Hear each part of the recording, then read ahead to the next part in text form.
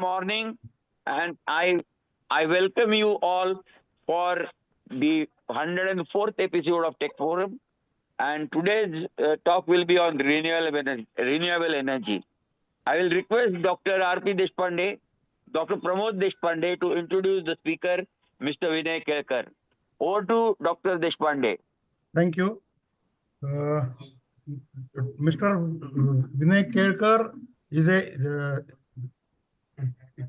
mechanical engineer of 1974. He has completed various management programs such as advanced management in IEI Muse system, Germany, by under the training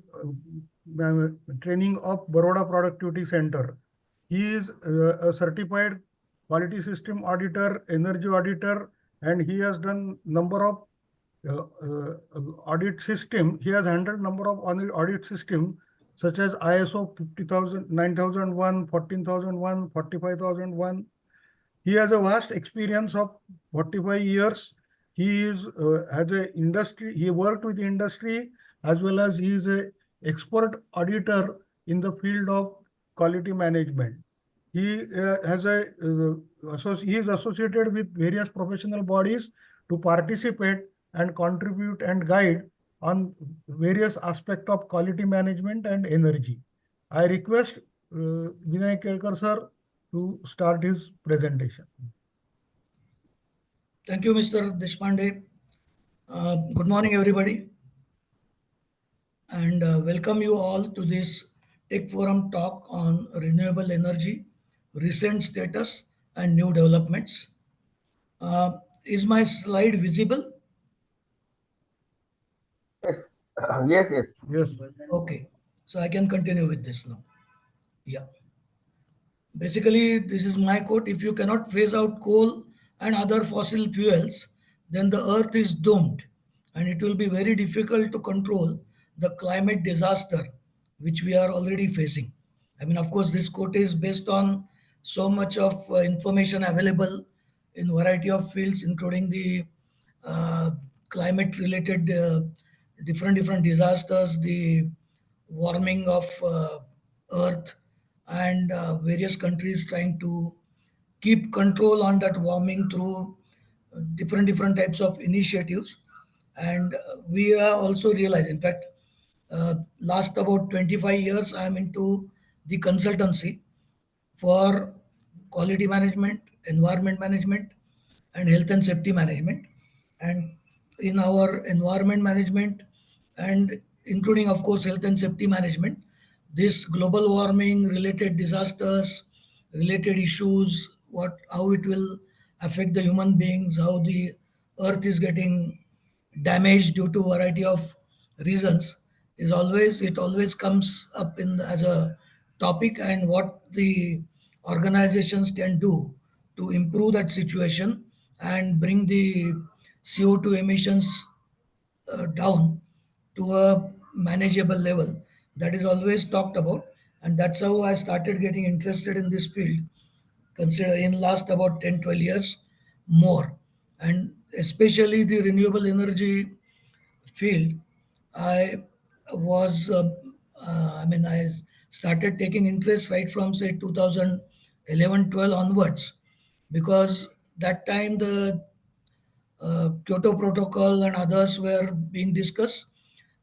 Before that, the CFC, chlorofluorocarbon related issue, which was leading to the ozone layer and carcinogenic problems, was already a hot topic. And how they, we can say, achieved phasing out of that CFC and maybe repairing that ozone hole, it was a well-known thing by changing CFC to other similar gases which can give the good refrigeration capabilities without causing the ozone hole. So that's how the interest started getting developed. And similar same time, I was also a member of BNI, and we had some members offering variety of services, including rainwater harvesting, including maybe solar power, including the change of CFLs to LED, etc. And energy conservation as a need was also being felt with our variety of customers. And that's how that interest kept growing. And it so happened that during 2016, while I was gathering details about all these various types of technologies available for energy conservation and renewable energy field or saving the electricity uh, bills or costs, etc. During 2016, I became chairman of my own housing society in Varze, which houses about 156 flats, 5 buildings. And during my period as a chairman, I immediately initiated this particular renewable energy project for my society, because that time we were paying almost 1,25,000 rupees per month as electricity charges for our society's common electricity, including pumps, common lighting, and other facilities, lifts. So, since the amount was huge, and there was possibility because we had some spare funds available in our society, there was possibility to invest those funds in such kind of system where probably we are able to get some good benefit and utilize those funds in much better way than only keeping it in some nationalized bank for FDs and getting maybe 5-6% interest. That time it was slightly higher, 6%, 7% interest. So I thought of that scheme, and somehow we were able to push it in the society meetings and get that implemented by spending about 28 lakh rupees. During that time, we implemented a 40 kilowatt system in our housing society, and it got commissioned in 2018. January 2018, we got that system commissioned.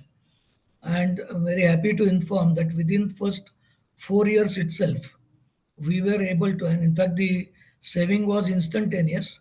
Right from next month onwards, February 2018 onwards, the bill what we were having of 1,25,000 came down to hardly about 40,000 rupees, almost 85,000 rupees per month saving we started achieving within 1 month itself. And that time, of course, the net metering and other facilities were just launched by government.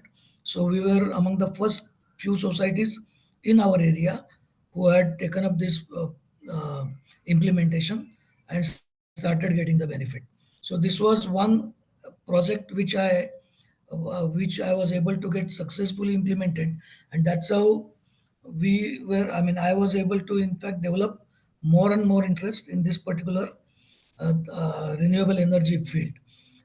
Similarly, around 2015, there was a Paris Agreement where all the countries members they agreed to limiting the global average temperature rise to 1.5 degrees max by 2050, increase by 1.5 degrees from the current normal temperature. And to achieve that again, they were promoting the use of renewable energy. So all this, the positive experience, what I gained through our society project, as well as our customers, because considering my experience, I also recommended it to some of the customers, and I'm happy that about 3 customers made those projects in next coming 2-3 years after that, and they also started getting the good savings, including one society which was opposite to us. They also implemented this next year, and they started getting the savings. So this positive experience actually made me think more in this particular field, and I have been studying the developments in this particular field since then. Is despite my earlier background of automotive industry or maybe as a consultant for variety of quality, environment, health, and safety systems. Reason for promoting renewable energy, of course, as I mentioned, global warming as a threat. Limiting warming by maximum 1.5 degree over current period average till 2050 year is a goal taken by nations, plenty of nations, in recent conferences, including Paris 2015 and our last year's G20. CO2 is main contributor to global warming, which is generated through coal and fossil fuels like oil, gas use in last 150 plus years. Environmental disasters are of course caused because of this global warming, floods, excess or shortfall in rains. In fact, recently we had you can say 10 times more rain in May, which was not seen in many decades. 10 times more rain in May. Almost it was like a rainy season in May. And now, of course, it has come down, but it is continuing. Ocean level rise slowly, which is likely to cause some cities going underwater, and including now, we also must have heard that this uh, Maldives is likely to sink in next 20 to 30 years, considering the ocean level rise. So due to imbalance in the environment and so many floods and other disasters happening. So limiting CO2 needs alternative sources like renewable energy, and most of the governments are promoting net zero commitments by nations by 2050 or 2070 year are in place. Why I'm saying 2070 is because some countries are agreed for 2050, but some countries, including some developed countries, are not agreeable for 2050, and they are saying that we will target to achieve it by 2070. So that's why that 2070 is also coming, but 2050 is the first target. And along with it, this also makes a lot of economic sense. As I mentioned, our society itself started saving the light bill. Similarly, companies are able to save light bills, and which is a cost to in manufacturing or our day-to-day operations. And if the cost can be reduced in such manner, naturally your competitiveness increases. So the cost reduction achieved through these renewable energy implementations is also making a good economic sense. In fact, our different countries are going to get benefited through this implementation of renewable energy in economic sense in a large way. Now, that's why I feel that the renewable energy field is a good business or career option. In case people want to get into this field, there are good opportunities available.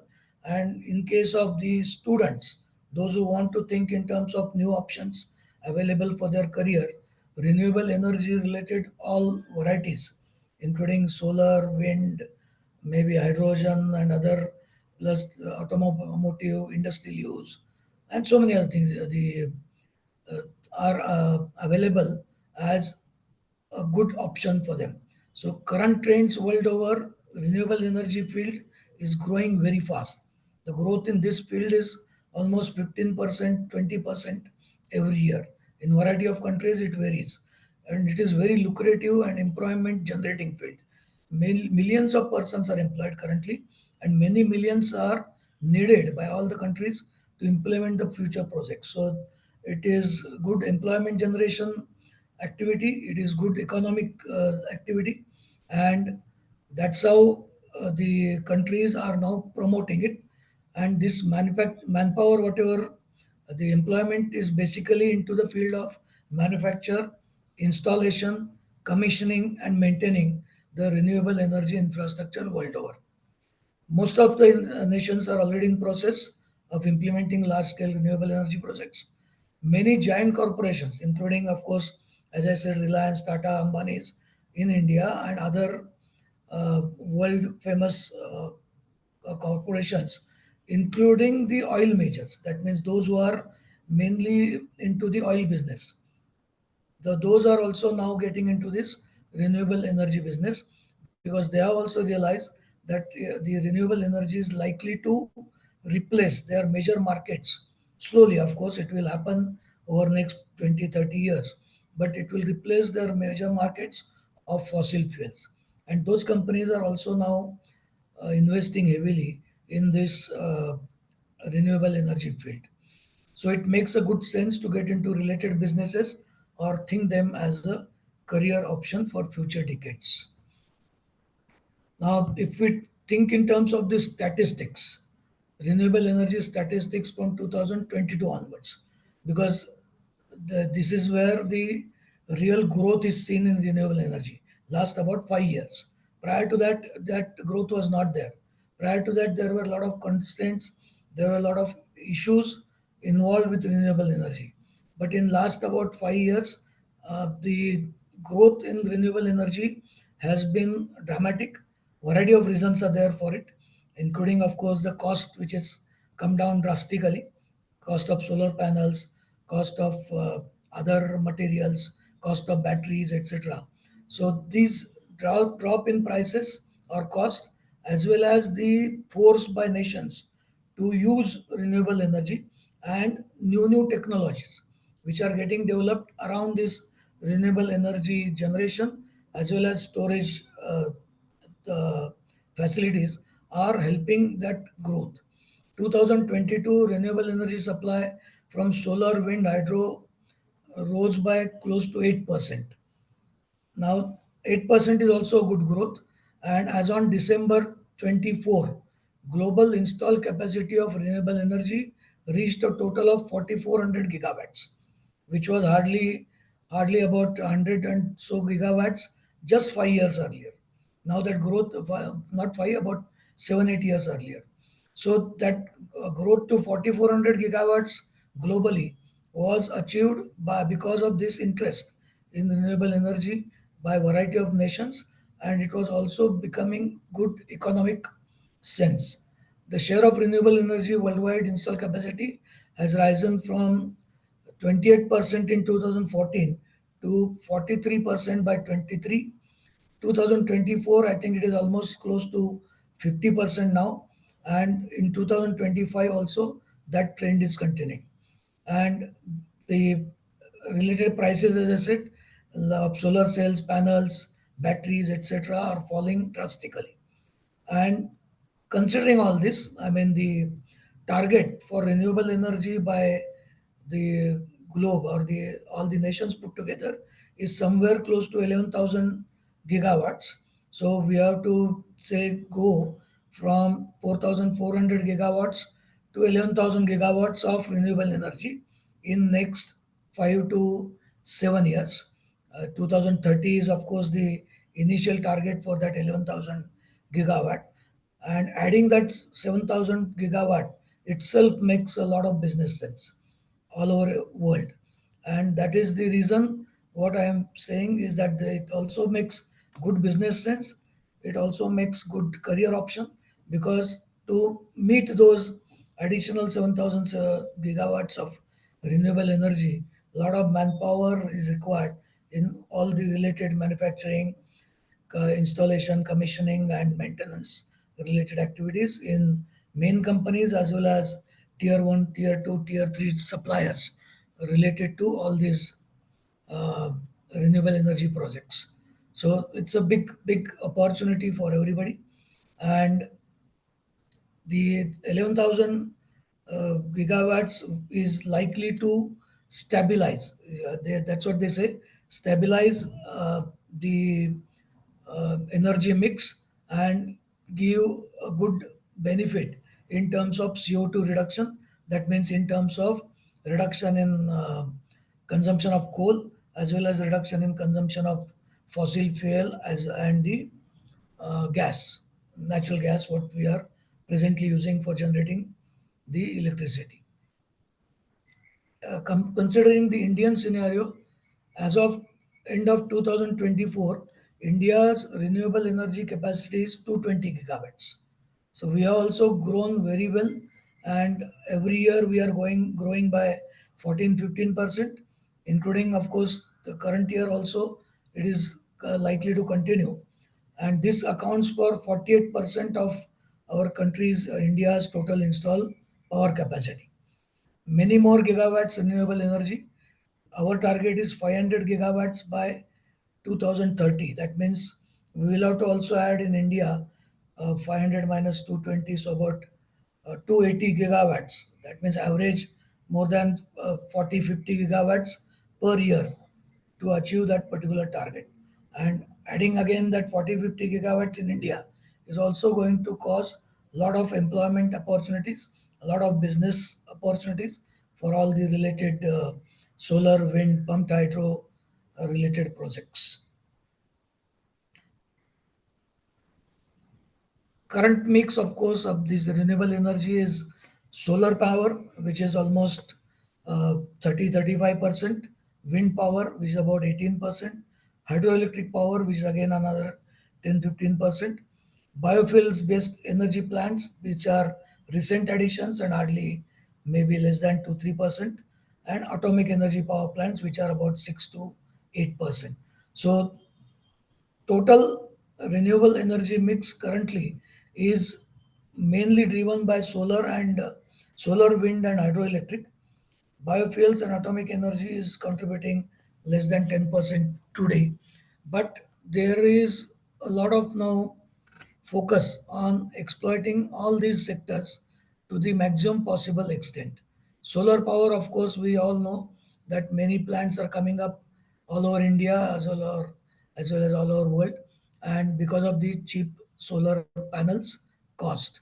And India also, due to this PLI scheme, productivity linked incentive scheme, they are now promoting manufacture of all these solar panels, solar cells, modules within India, and it has already started. As I said, big companies have already got into this manufacturing, and companies like Wari are now offering, apart from these standard panels, they are also now offering flexible solar cells or solar modules, which can be stuck to any place, on walls, on cars, on trucks, anywhere, and they can still generate the power using the solar this thing.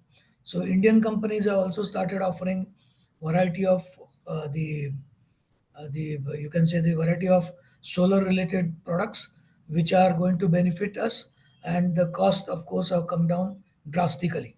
In fact, when we started it in 2013, 12, 13, to think about it, that time, or 2014, the cost of solar panels was about 1,10,000 or 1,20,000 per kilowatt.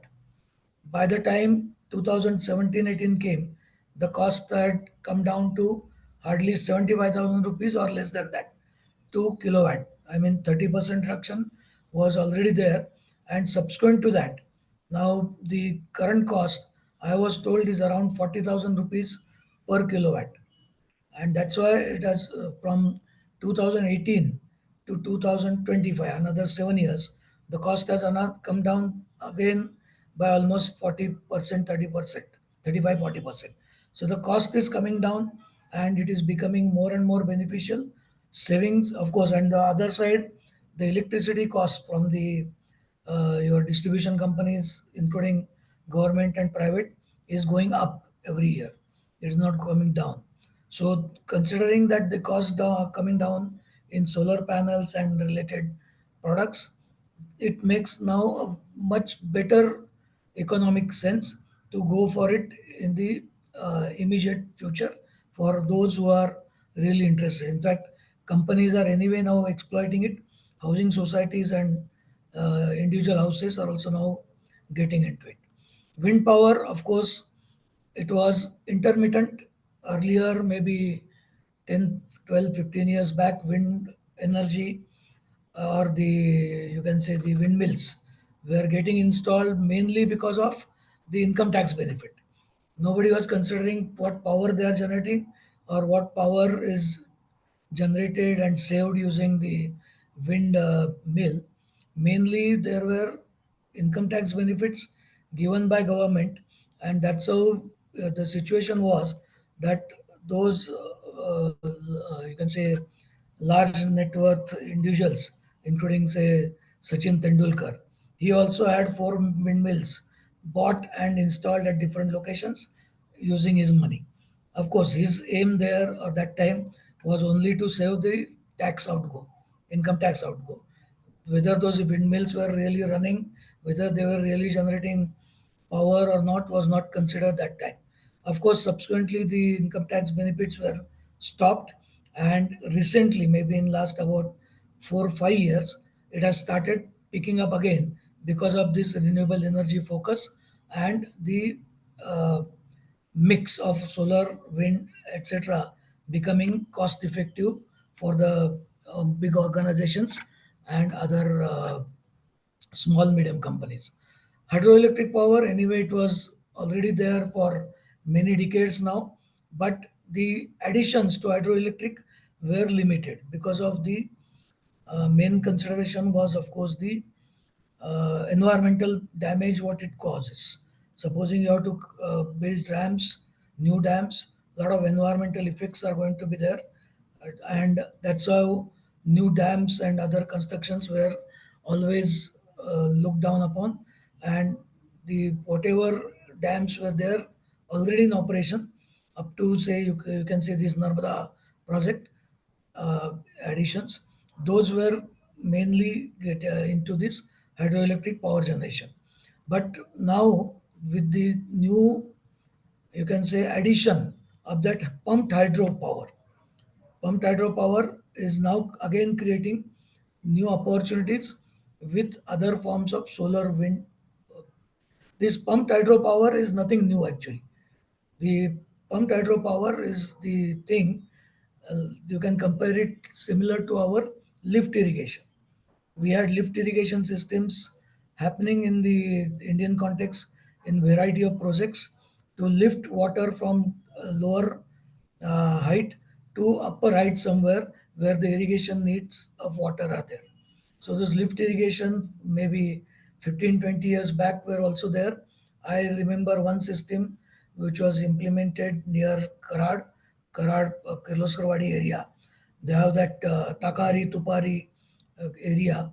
There the water is lifted from this Krishna river and taken up to say about 500 meters or 1000 meters height, and then it is released towards uh, the area, I think it is Kaute Mahankal or some area for the irrigation purpose.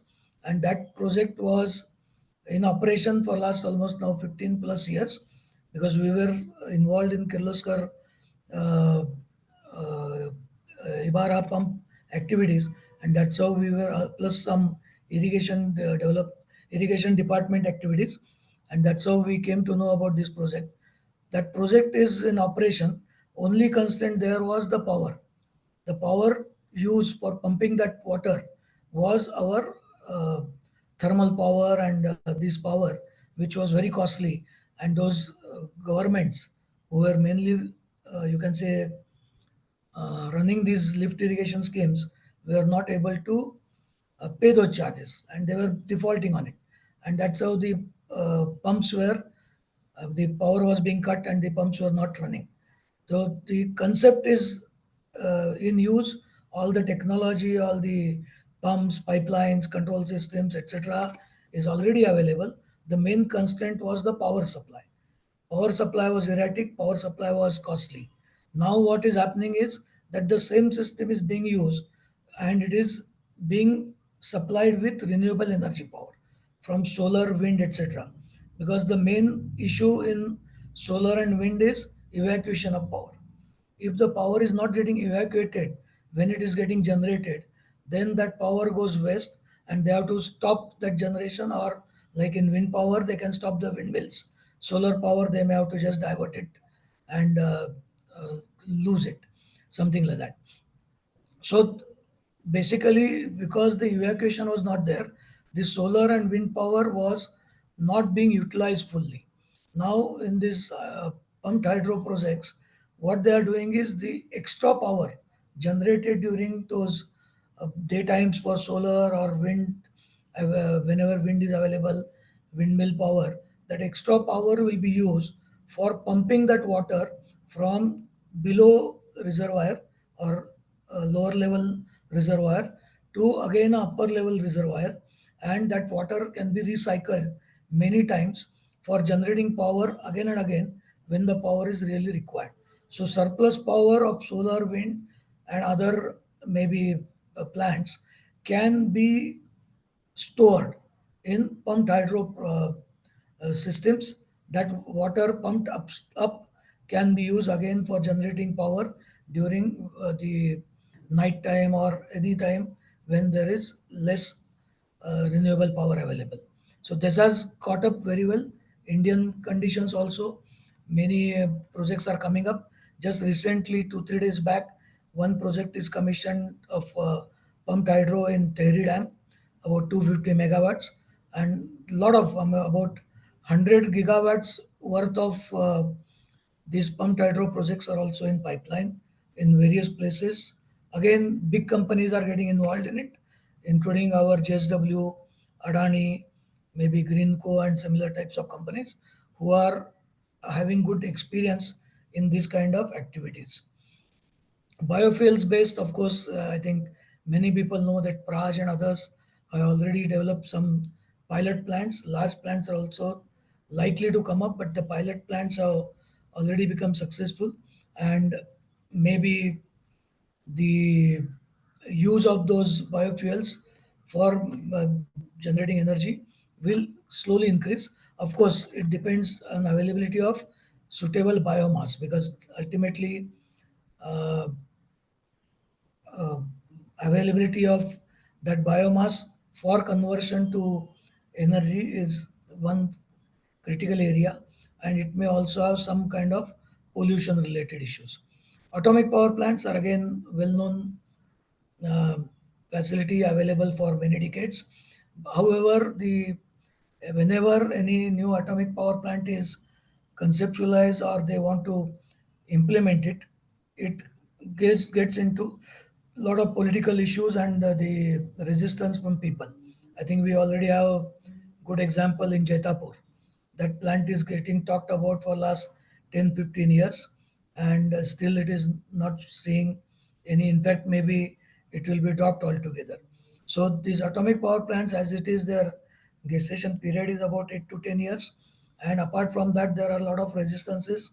So even though it also makes a good sense economically, there is a lot of uh, resistance to it, and that's why its share in the total renewable energy field is low, as well as it's likely to be low for coming decades. Now these are already being exploited by many of the projects in across the world. These are variety of panels which are solar panels which are now getting they are already developed and they are in use. When we implemented it in 2017 and 18, we had maximum 300 watt panel available. Now the panels are of 700 watt are already available, and that our panel was only the single side panel. Now both side panels are available. That means energy is generated from both the sides of panels directly, which is in the sunlight, plus the other side which is below. Both sides can generate power. So the efficiency as well as the power generation capacity per panel increases, and that's how we are now uh, per panel, instead of 300 watts you have 700 watts panels. So naturally the number of panels required will come down, number of the cost will come down, the area required will come down, and there are variety of benefits. This development plus the efficiency of conversion of the energy to usable power is also the solar energy to usable power is also increasing slowly, and that benefit is also there. So variety of panels are getting developed, and as I said, Indian companies are now into manufacture of these panels themselves, including the cells, and the related schemes are already there. Government schemes are also already there, and it is maybe next 2 3 4 years we will see only Indian panels instead of imported cells and panels. Apart from this, now new sources of renewable energy. Uh, we have floating farms, basically solar panels installed on water bodies, reducing land use, reducing water evaporation, increasing efficiency due to cooling effect of water, because the panel need cooling regularly. If the cooling is there, then the efficiency of the panel to convert solar energy into power goes up.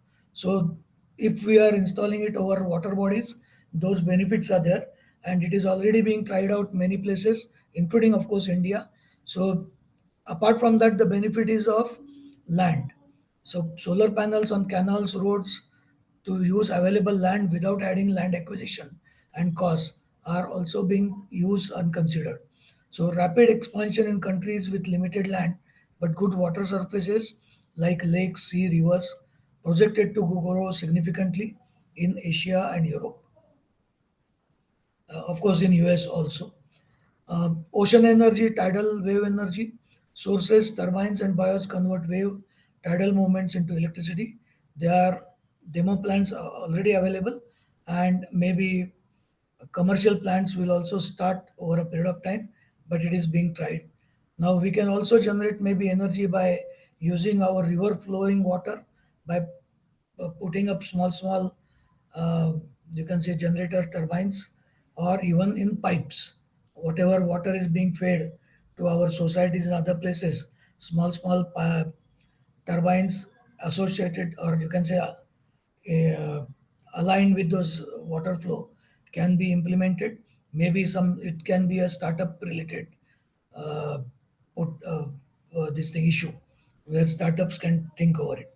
And of course, similar these ocean energy prospects are there in various coastlines with ongoing pilot projects in tidal lagoon UK, etc.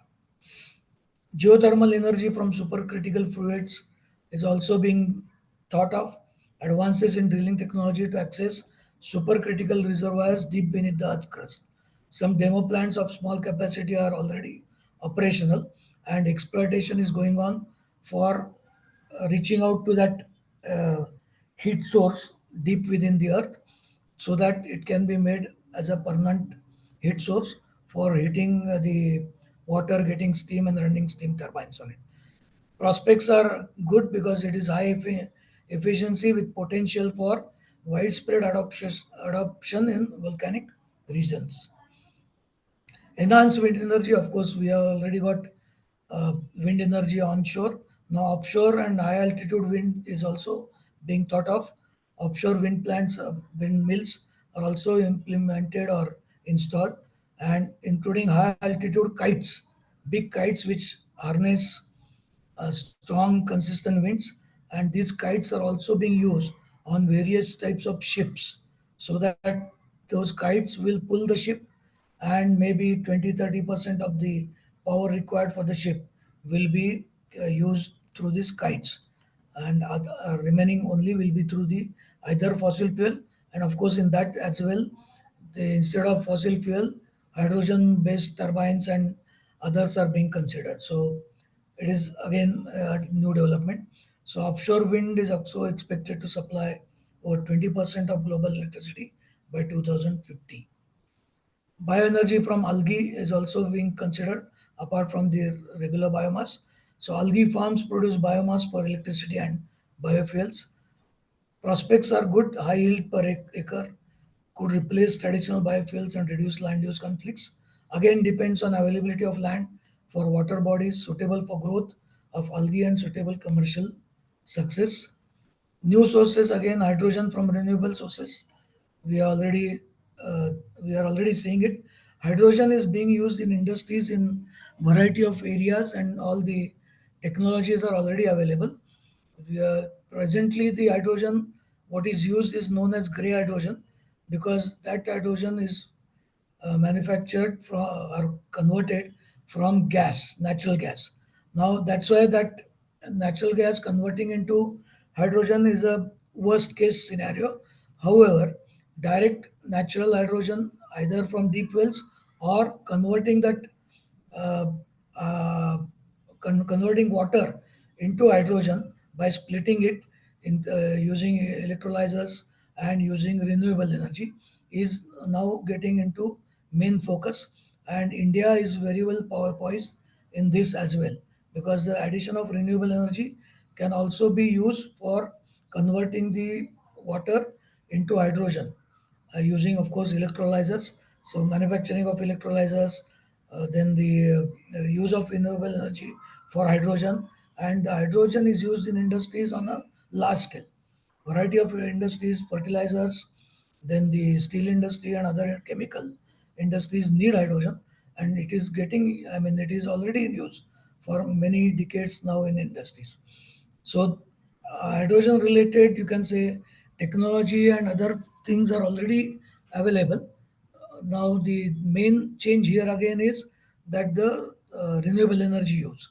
Because of renewable energy use and getting water split into hydrogen is becoming a good economic sense, and it is likely to produce the hydrogen much cheaper compared to present cost, which is much higher, because they are using as such natural gas, using the thermal power and other powers for converting it into the hydrogen. So that is working out too costly. But using water, using the renewable energy is likely to have good effect in terms of cost competitiveness, and that is a good field for India. Again, a lot of companies are directly working on it, and I'm sure it will catch up on a large scale in coming to 3, 4, 5 years.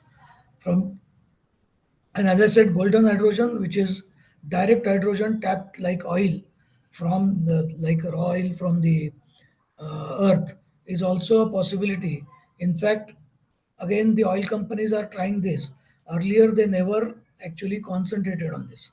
They were happy with search of oil, and they never tried to search for hydrogen.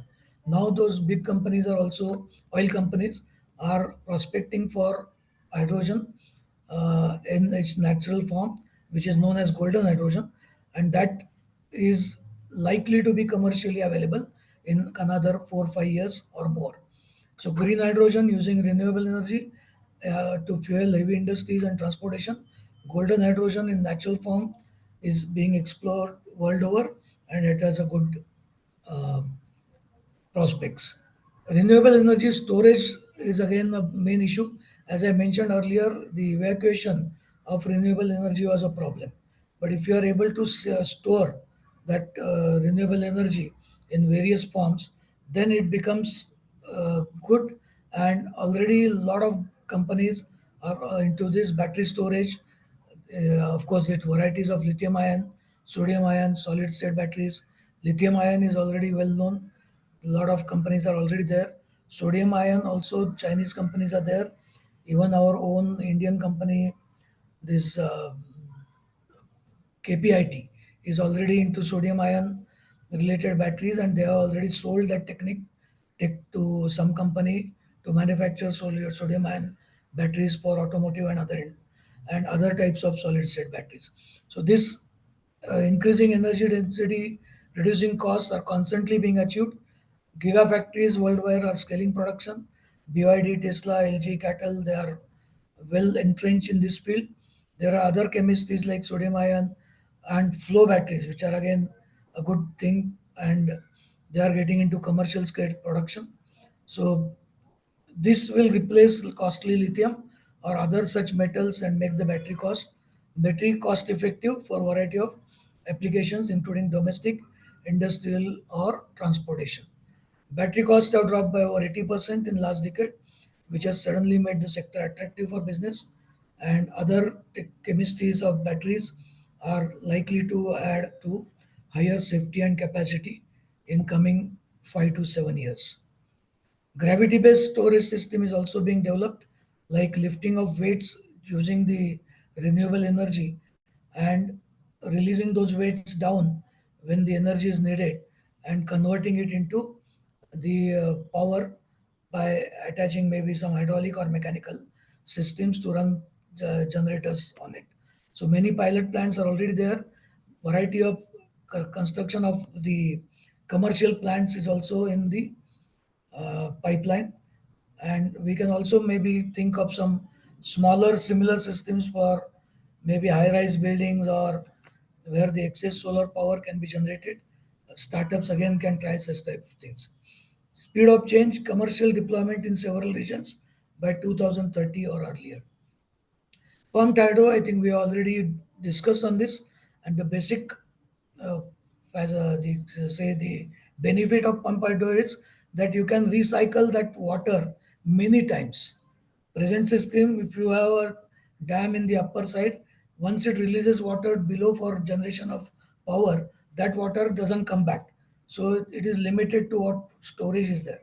But if we are able to pump that water up again and again, many cycles of that water can be used for recycle. That water can be recycled so that the generation of power can be done many times instead of doing only once as is being done now. So that pumped hydro projects are now catching up. And as I said, the Iridam project is already commissioned. 100 gigawatt pumped hydro is planned in India in next 4 5 years, and that is definitely possible. Green ammonia and liquid air energy storage is also uh, uh, very much possible, and it is being used. Ammonia anyway is in use for many decades. Compressed air, again, all using renewable energy to store the renewable energy and converting it into the hydrogen or related, driving some kind of turbines or pumps to generate power again. So many projects are again there in pipeline, and research and pilot projects are in progress with commercialization expected within 5 to 7 years.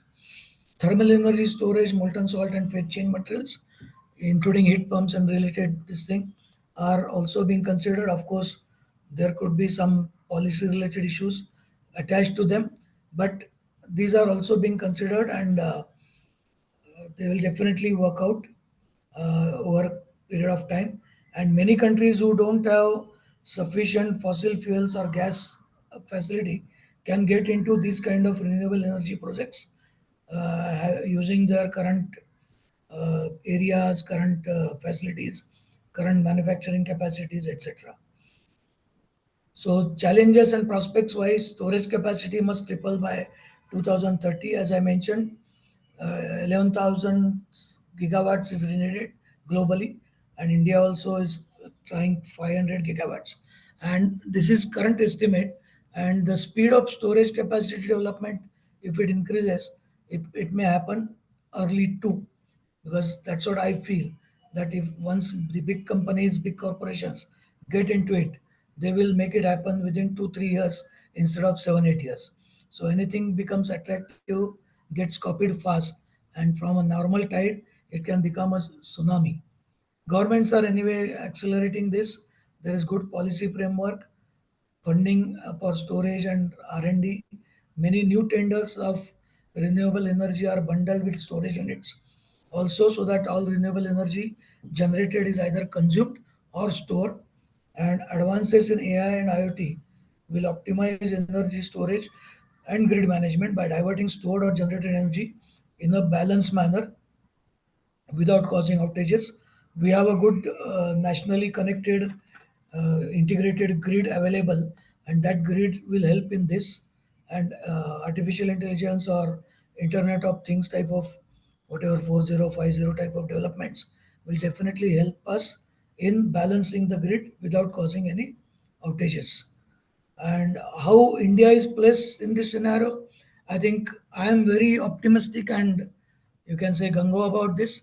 From all the developments as discussed, India has a very good potential to develop all these varieties of developing and current renewable energy sources on a massive scale. They also hold a lot of export potential. We have critical manpower. Most of the required materials, except some critical metals like lithium, cobalt, vanadium, are not domestically available, but otherwise all other materials and technologies are available, and they are in, you can say, in plenty. There is huge manufacturing infrastructure for variety of needed equipment already, and it can be developed. As I said, these are all technologies which can be easily absorbed and converted into the manufacturing setup. So big industries which can invest huge amounts as well as government support as needed is also available.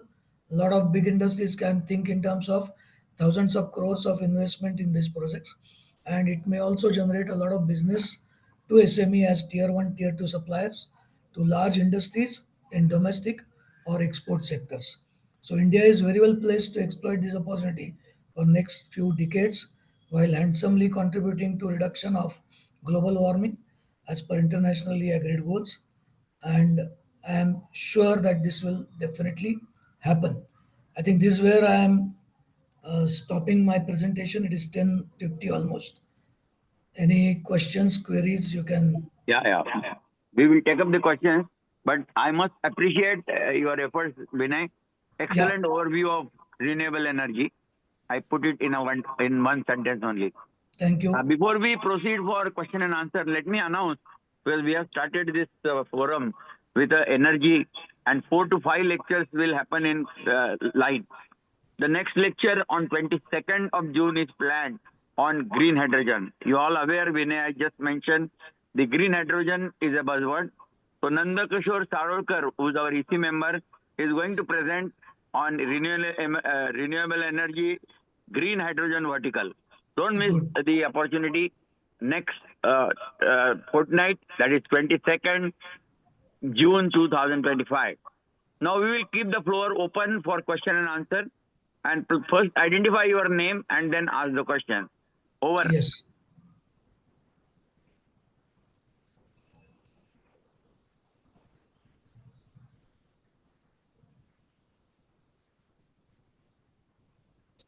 Yes, any questions? Yeah, hello. I'm Vijay Ghate. Yes, sir. One question. Few years ago, people were talking about hybrid solar and wind plant for, say, housing societies and so on, especially the Yeah. vertical cylindrical windmills for space saving. It is not talked about anymore. Do you have any idea what happened and whether it is still Basically, these visible? cylindrical windmills and others are those technologies which are not really proven yet. And those who tried it, in fact, they have not been able to, you can say, on one side, prove its utility for the societies, and second side, the maintenance as well as maybe the vibrations and other noise and other things caused by them are creating more problems than the contribution to saving of energy.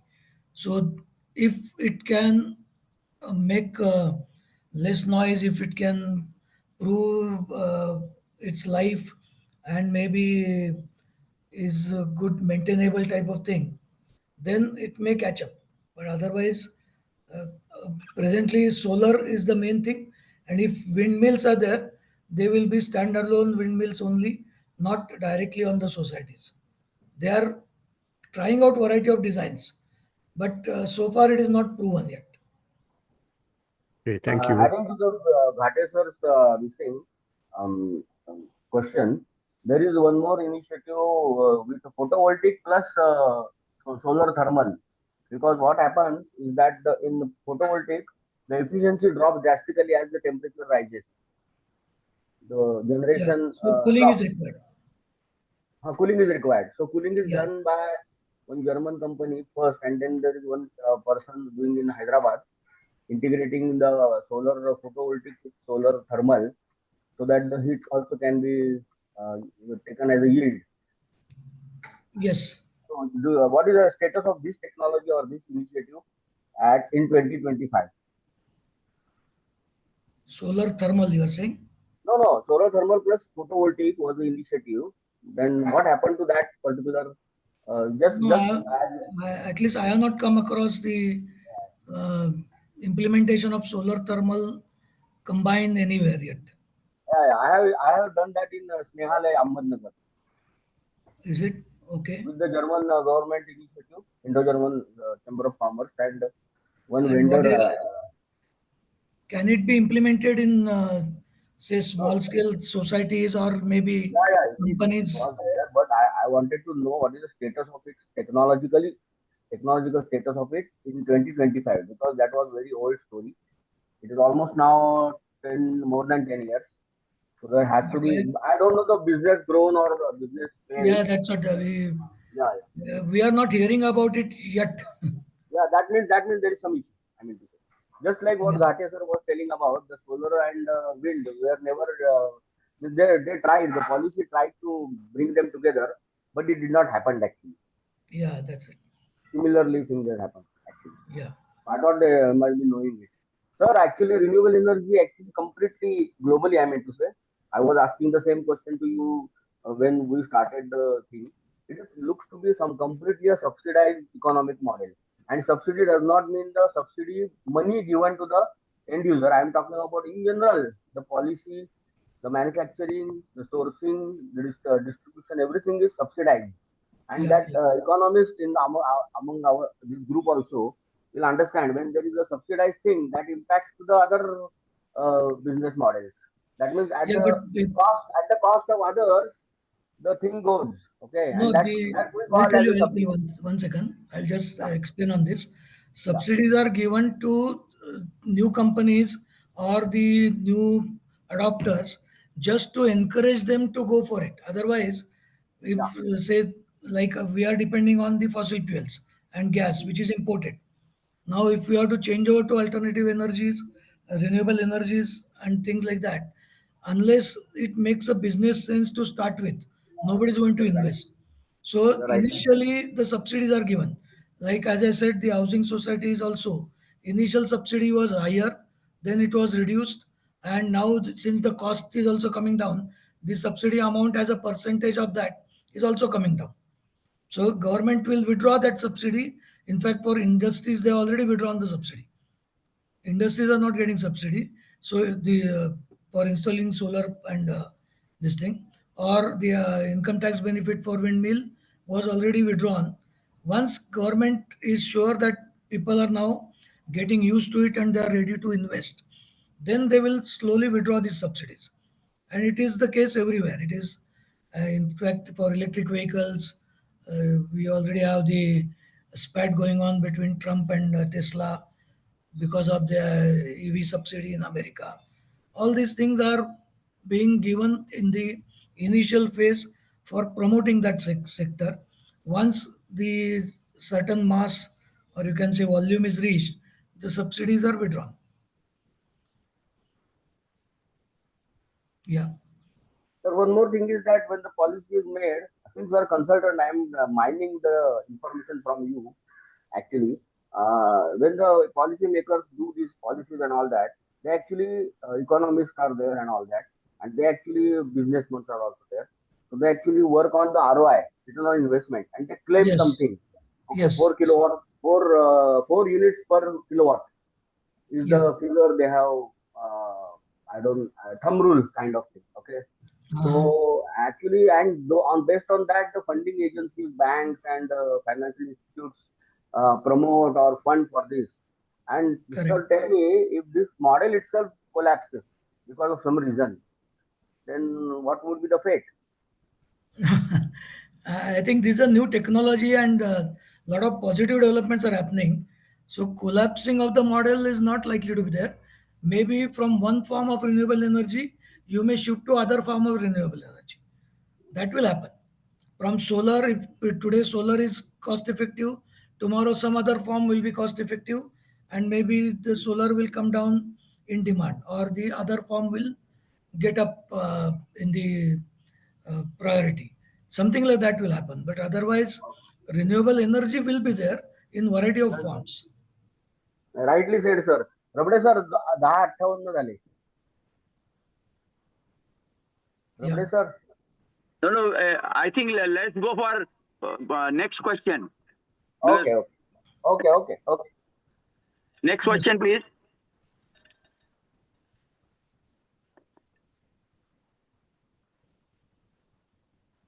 I think there is no question, and already 2 minutes left for 11. So Yeah. I must thank Vinay Kelkar for his wonderful overview, which has Thank you. initiated discussions. And I must thank Mr. Gate also for participating in the discussions. And yes, that is many people unnoticed. The wind, solar, that combination is not talked much about. And new renewable energy focus is coming on, especially the batteries and other forms. And grid and hydrogen again becoming a buzzword. So I must Yes. thank all the participants today, and I declare today's presentation is over. We will meet on 22nd June, 10 o'clock in the morning for green hydrogen talk by Mr. Nandakumar Sarwarkar. Thank you all. Meeting is over, and I must once again thank Vinay Kelkar for his excellent overview. Thank you, sir.